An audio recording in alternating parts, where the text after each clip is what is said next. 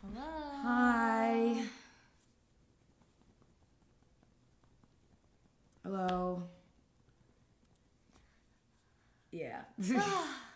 I was just telling her, I was like, why does it feel like we did something wrong? Yeah, it feels like we're in trouble. It feels like, which is just not the case. Like, this is crazy. It's so crazy.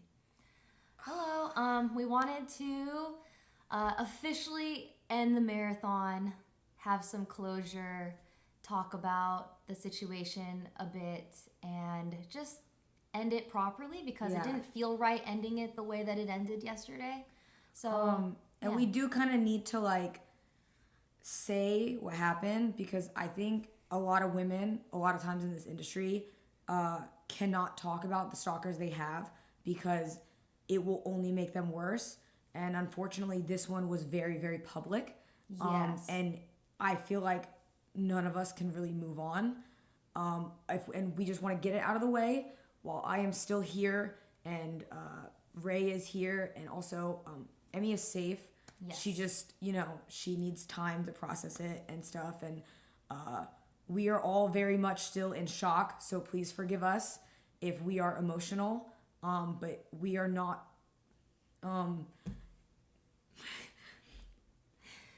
We literally were like, let's try to like keep it together. We are very much in shock, and we need you guys to know that clip does not do it justice for how scary it was. It was like it didn't show everything that happened. And we just want to use it as like a learning situation because we see a lot of people saying like, oh, I would have done this if I was there, but you have no idea how fast it really happened.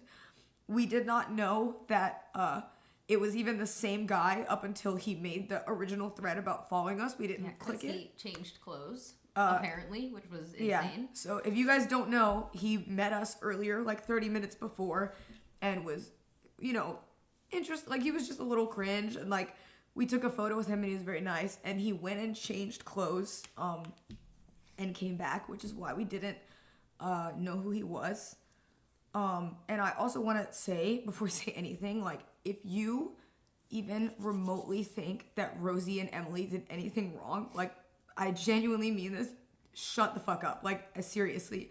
Because you were not there.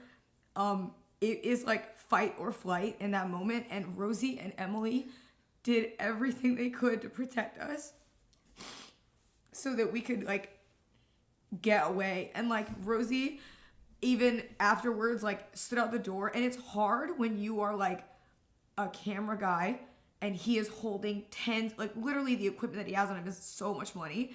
He was literally holding the camera close to him, turning, and, like, Rosie pushes the guy, like, away from us. Like, they did so much to help us, and they are not security. They're not trained to do that.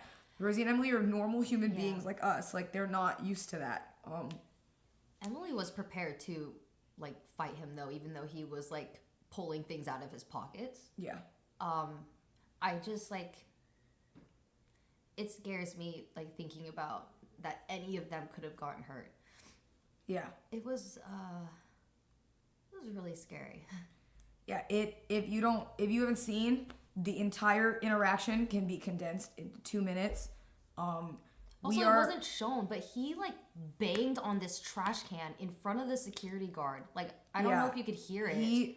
The way that we knew he was manic was he kept changing, like personality. Like, he would get really happy and be really nice, and then feel threatened and get really aggressive very quickly, and was punching stuff behind us. And when he charged at Emily and stuff like that, and he charged at Emmy, we just went into fight or flight. And for those of you who don't know, like, we know he's a stalker. He pulled up, when he was behind us, he pulled up Emmy's TikToks. Yeah, he was watching. And was watching her TikToks and, like, looking up and, like, and just, like, staring at us. And he, even when, like, he ran at us and he said he was gonna kill us, he kept running and trying to get something out of his pocket. And,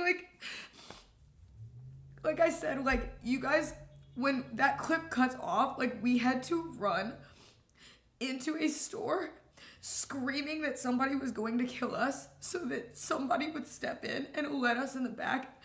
And we were lucky that one of the workers, who was not, like, questioning us, actually, like, believed us, and he put us all in the back. And they're panicked. They didn't know what to do, so they tried to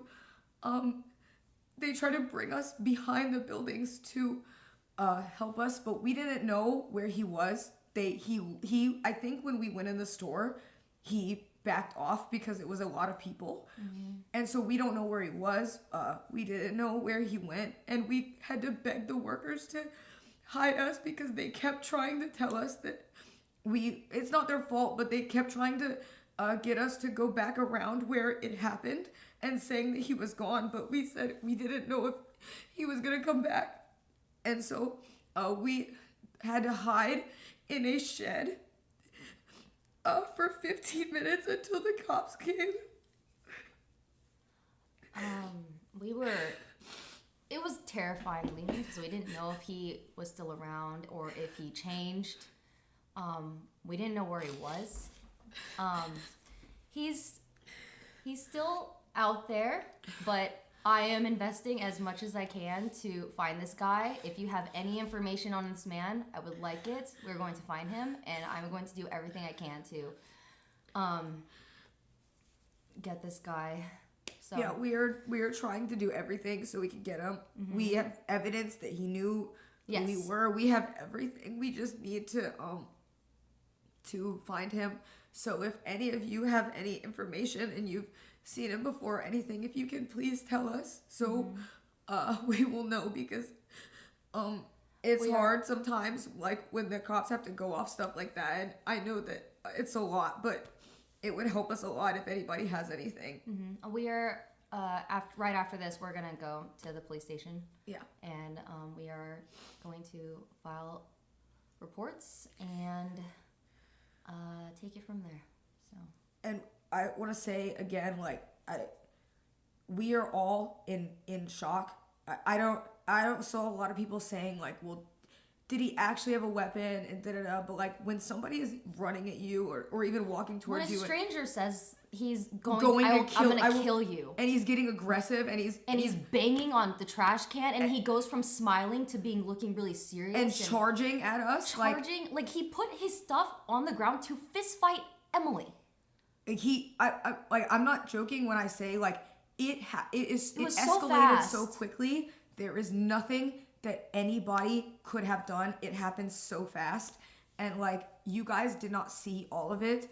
It is like, I am in hindsight very thankful that we were in the area that we were and that we were able to go into the store, because I think if we had been anywhere else on the pier, it would have been a very different situation.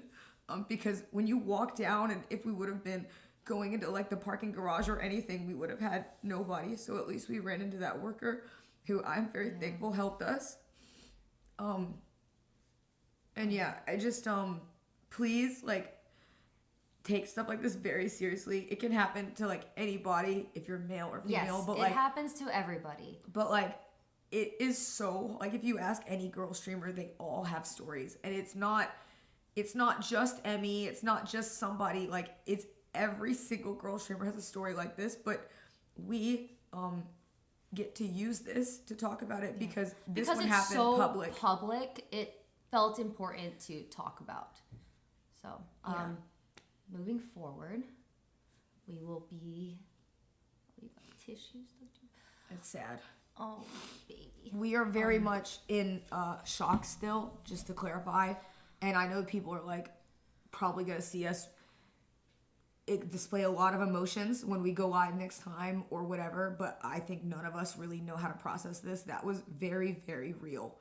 And it's... And for the people that are like trying to psychoanalyze and like say that it was fake, fuck you. Like Also, people, when you're okay. Yeah, I know. Yeah. I know. Yeah. The other thing is those people are just gonna do that. Yeah. But you know, it is what it is. Sometimes people laugh when they're nervous. Sometimes people laugh when it's awkward. I definitely get that way, especially in an uncomfortable situation live on stream. Yes. It happens. People process things differently, and we're gonna get through this, and we will be much, much, much safer next time.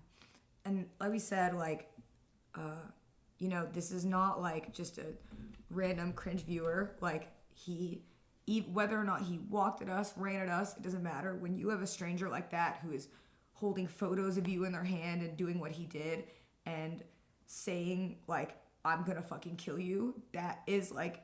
And he charges at you? It is like, to be treated... You take it seriously. I mean, you guys can see it in the video. He charged at us. It is an attempt on our life, and, like, we are taking it very seriously. Mm-hmm. And please, you know, if you are, like, a female streamer, a lot of my friends are, like, guys that go stream. Like, I never thought that, like...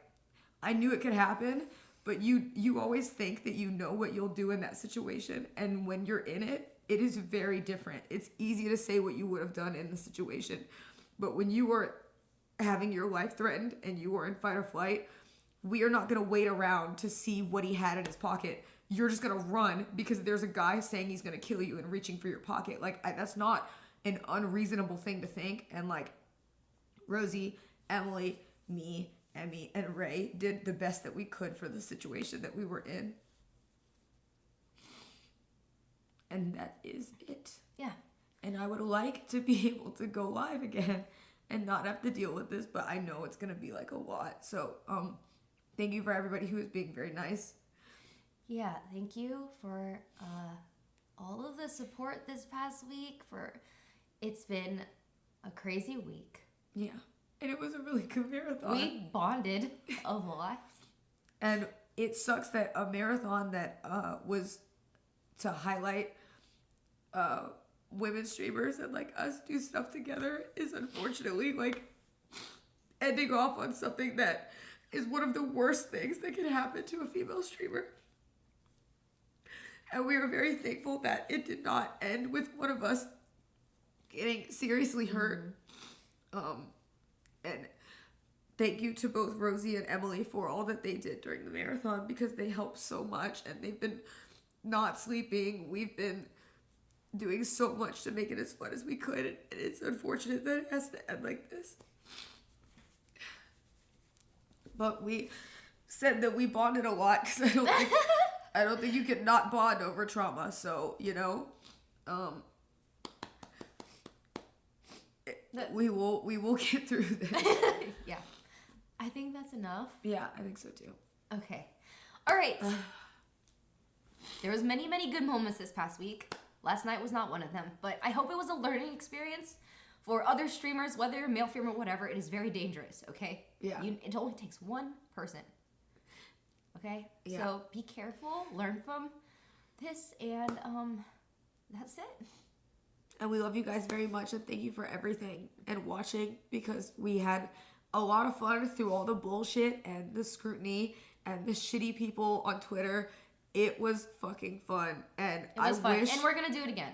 In a different world, we would be having lunch on the balcony right now. I know, we would be having mimosas now. Getting drunk with our friends. 10 other friends with Jason the chef making us sushi. That was our plan for today. And ending the first duo girl marathon. I know. And the first one. I can't believe some people are like, yeah, they faked it so they can end the marathon. Like, this is the best part. Today was supposed to be the best part. We were on day 7. Like, it literally was the end of the marathon. It was the end. So, you know, it's just dumb. But we will reschedule it. We will do it another day. And also, we want to clarify, again, we're going in and out of emotions. Yeah. We are very much in shock, and we all need to go to therapy. Very, very quickly. So we are all going to be doing that because we are fucked up right now. So, I know. Okay, let's end it. Yes. All right. Thank you guys so much. And that's it. I love you guys. And thank you. And thank you for all the support. Goodbye. Bye.